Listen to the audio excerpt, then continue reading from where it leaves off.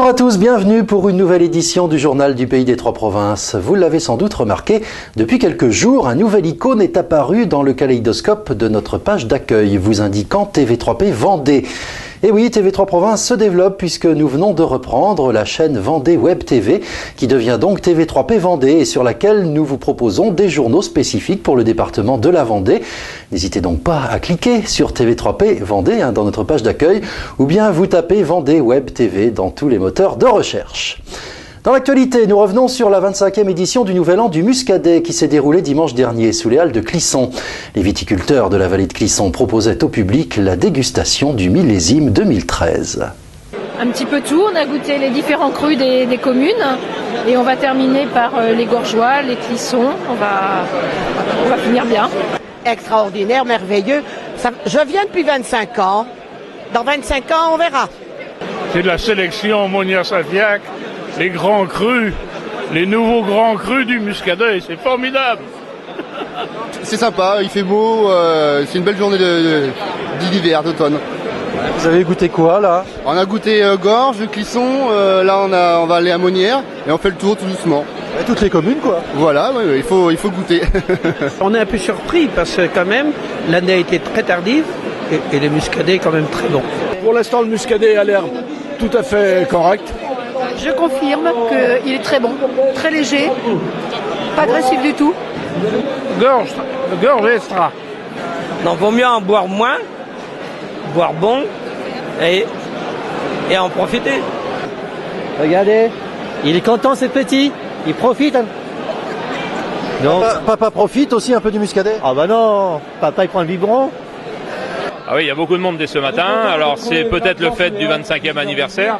C'est aussi le fait d'avoir un superbe temps aujourd'hui et une très très grosse mobilisation des viticulteurs. 43 viticulteurs présents aujourd'hui. Voilà, 43 viticulteurs qui font déguster leur millésime, le dernier, sous prétexte qu'on achète un verre. Alors bien entendu, comme les années passées, vous achetez votre verre 4 € et tous les muscadets du millésime 2013 vous sont offerts. 25 ans, c'est une étape. Ça avait démarré comment, ce nouvel an du Muscadet? Ça a été démarré très timidement, où on n'était pas tout à fait organisé.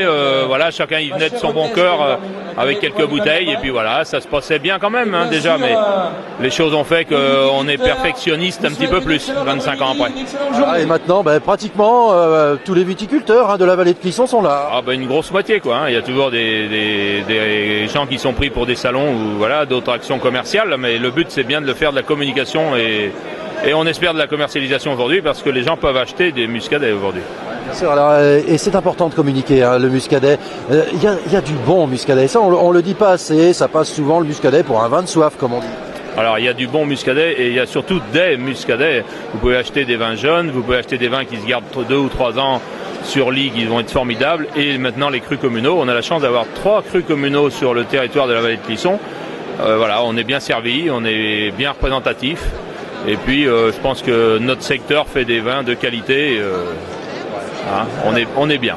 Alors le 2012, on va pouvoir en reparler un petit peu là, le 2013 pardon, de la dernière vendange, il va être comment ce muscadet? À quoi peut-on s'attendre? Alors dans le millésime 2013, on s'attend avec des vins qui ont une certaine rondeur de fait d'une vendange un peu plus tardive. Voilà, on a des vins qui sont moins pointus, c'est-à-dire qu'on va trouver un petit peu moins de vivacité. Et on a des notes d'agrumes. Des notes d'agrumes, c'est très intéressant pour des vins blancs qu'on va pouvoir garder 2 ou 3 ans, qui vont être formidables comme d'habitude sur les poissons et les fruits de mer. C'est une belle année encore, c'est une belle année. J'espère qu'ils vont, avec tout le travail qu'ils donnent, tout ce qu'ils font, pouvoir justement vivre de leur travail et voilà ce que je pense, tout simplement. Et il y avait foule pour ce nouvel an du Muscadet. Rendez-vous l'an prochain, ce sera le premier dimanche du mois de décembre sous les halles de Clisson pour la 26e édition. Nous restons à Clisson ce vendredi et samedi, c'est portes ouvertes chez DF Informatique dans la zone de Calin. Les spécialistes en informatique vont nous y parler de la fin de Windows XP prévue en avril 2014. Le 8 avril 2014, Microsoft arrête les mises à jour de sécurité pour Windows XP, ce qui va engendrer des problèmes de sécurité au niveau des ordinateurs. Voilà, ça va se traduire comment pour les personnes qui ont Windows XP? Dans un premier temps, ils vont être de plus en plus infectés par des virus, trojans, malware, botnet, etc. Tout ça voulu par les hackers. Alors, il y a des solutions quand même? La solution, c'est de faire migrer le système d'exploitation de Windows XP vers un Windows 8.1, si celui-ci est assez performant, ou bien de remplacer l'unité centrale ou l'ordinateur. Ça peut coûter cher? Ça dépend pour qui. Ça coûtera forcément moins cher pour un particulier que pour une entreprise. Une entreprise, il y a également des logiciels non compatibles, des logiciels métiers, qui peuvent lui coûter plusieurs milliers d'euros. Il y a beaucoup de monde qui utilise encore Windows XP. A priori, nous, dans notre parc, il nous reste environ 30 à 40% de machines en Windows XP. Alors ce week-end, portes ouvertes ici à Def Informatique, vous allez expliquer tout cela bien sûr aux clients et puis présenter les nouveautés aussi. Oui, tout à fait. Il faut que les gens prennent conscience du problème, savoir que leur ordinateur va pouvoir être utilisé même après l'arrêt des mises à jour, mais uniquement en machine à écrire et ne devra plus être connecté à Internet. Sinon, au niveau des nouveautés, on va présenter notre nouvelle gamme, les tablettes Windows, et également le fonctionnement d'une imprimante 3D. Voilà, une imprimante 3D, alors ça c'est tout nouveau, hein, ça permet de créer des objets, hein, c'est un peu ça. Tout à fait, plus qu'une imprimante, c'est plus un petit robot de fabrication. Il y en a également des gros robots de fabrication. On l'appelle imprimante en relation avec ce qu'on connaît déjà sur l'imprimante papier classique. Voilà, et si vous nous regardez via Windows XP, Def Informatique vous donne tous les tuyaux lors des portes ouvertes de ce week-end pour ne pas être embêté. Et vous pourrez aussi y découvrir la nouvelle imprimante en 3 dimensions. Direction la Bruffière maintenant, dans le Nord-Vendée, où l'association de la fabrique des jus de fruits termine sa campagne 2013. Le principe est simple, on amène ses pommes et on fait soi-même son jus entouré des membres de l'association. 337 000 litres ont été produits l'an dernier, il devrait y en avoir même un peu plus cette année avec la mise en service d'un tout nouvel atelier. Il y a eu pas mal de pommes, seulement la saison a commencé beaucoup plus tard que d'habitude, puisqu'on a commencé à peu près avec 15 jours de retard par rapport aux années précédentes. Les pommes n'étaient pas mûres aussitôt que l'an passé, par exemple. Mais par contre, il y avait beaucoup de pommes. Voilà, alors on rappelle le principe ici de l'atelier des jus de fruits. On vient avec ses pommes et on fait son jus. Voilà, l'avantage c'est que les personnes qui ont des pommes dans leur verger apportent leurs pommes et ce jus est mis dans une cuve spécialement pour eux et après on remplit les barriques de leur jus. Donc elles ont bien le jus de leurs pommes. Différentes étapes avec les opérateurs ici présents. Oui, voilà, donc on commence par la presse, le broyage, la presse. Ensuite, le jus est mis dans les barriques et chauffé à 80 degrés pour tuer les bactéries et conserver les vitamines. C'est la pasteurisation. Et après, il est mis en bouteille. Et après, il est mis en bouteille, voilà. On prend des gants parce que c'est chaud. Voilà. Alors, ça a beaucoup évolué ici puisque c'est la première année qu'on est dans ce nouvel atelier-là. Voilà, c'est la première année, on inaugure, donc après les petits aléas du départ, maintenant ça fonctionne bien. Et on a une capacité beaucoup plus grande puisqu'on est à 27 barriques, soit 8 de plus, je sais plus si c'est 8. Enfin bon, un nombre plus important que l'an passé et puis une table supplémentaire. Ce qui fait une capacité de mise en bouteille bien plus importante. Beaucoup d'opérateurs ici. Voilà, oui, on est une le matin, une l'après-midi et des personnes qui viennent en renfort. C'est long de faire toute la chaîne en fait, c'est-à-dire de la pomme jusqu'à la sortie du jus. Mais disons que la pomme, pour faire une presse, c'est-à-dire environ 220 litres, il faut un quart d'heure, 20 minutes.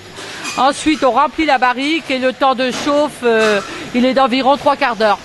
Maintenant qu'il fait plus froid, il faut compter 1 heure. Alors, il y a aussi les pommes bio. Ça a bien marché cette année, le bio? Donc le bio, ça a bien marché. On a fait 3 fois 2 jours, soit 6 jours. Et comme on a eu des possibilités d'en avoir en plus, on a fait une 4e campagne de 2 jours, soit 8 jours en tout. Alors, des jus de fruits, il y a aussi un petit peu de jus de raisin qui est fait ici, puis des nouveautés. Voilà, il y a le jus de raisin. Donc là, on ne presse pas sur place. Les personnes viennent avec leur jus. Il faut qu'elle l'ait bien conservé au froid parce qu'il ne faut pas que ce jus ait commencé à fermenter. Et ensuite, ils le mettent en bouteille ici. On le fait chauffer, mis en bouteille. Il y a eu aussi également pomme kiwi. C'est ce qu'on fait ce matin, c'est la première fois. Et on a fait pomme poire et surtout pomme. La majorité, c'est quand même pomme. Avec différentes variétés de pommes. Voilà, et avec un jus qui est bien sûr tout ce qu'il y a de plus naturel, on ne peut pas faire mieux de ce côté-là. Non, non, il n'y a aucun colorant, c'est vraiment du jus naturel. Alors c'est une association qui est vendéenne de la promotion des jus de fruits. Voilà, c'est une association qui est vendéenne, elle a plus de 35 ans.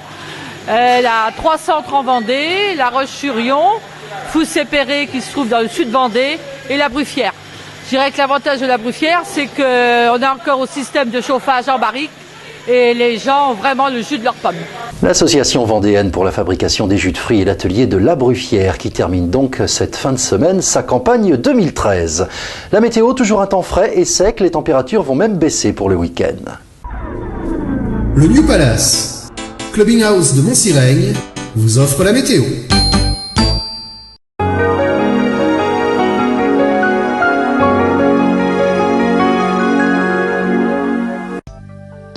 Encore quelques nuages demain dans le ciel du pays des Trois Provinces, mais les éclaircies seront de plus en plus larges avec du grand soleil prévu pour le week-end et jusqu'en milieu de semaine prochaine. Il y aura tout de même quelques brumes au lever du jour, mais elles se dissiperont rapidement. Les températures atteindront 10 degrés demain après-midi à la Boissière-du-Doré, Montaigu et Saint-Macaire-en-Mauges. Des températures qui vont baisser nettement ce week-end, ne dépassant pas 5 degrés avec des gelées la nuit. Le New Palace, au lieu du clubbing vendéen. New Palace. 1, 2, 3, 4 salles. Tu aimes l'électro? Le New Palace est fait pour toi. Tu aimes les années 80? Le New Palace est fait pour toi. Tu aimes le soleil? Le New Palace est fait pour toi. Les DJ du New Palace sont les magiciens de tes nuits. New Palace, un lieu unique avec terrasse et piscine extérieure. New Palace t'accueille tous les vendredis, samedis et veille de fête. New Palace, nulle part ailleurs, c'est à Montsirègne. Mon New Palace, mes nuits sont plus belles que mes jours.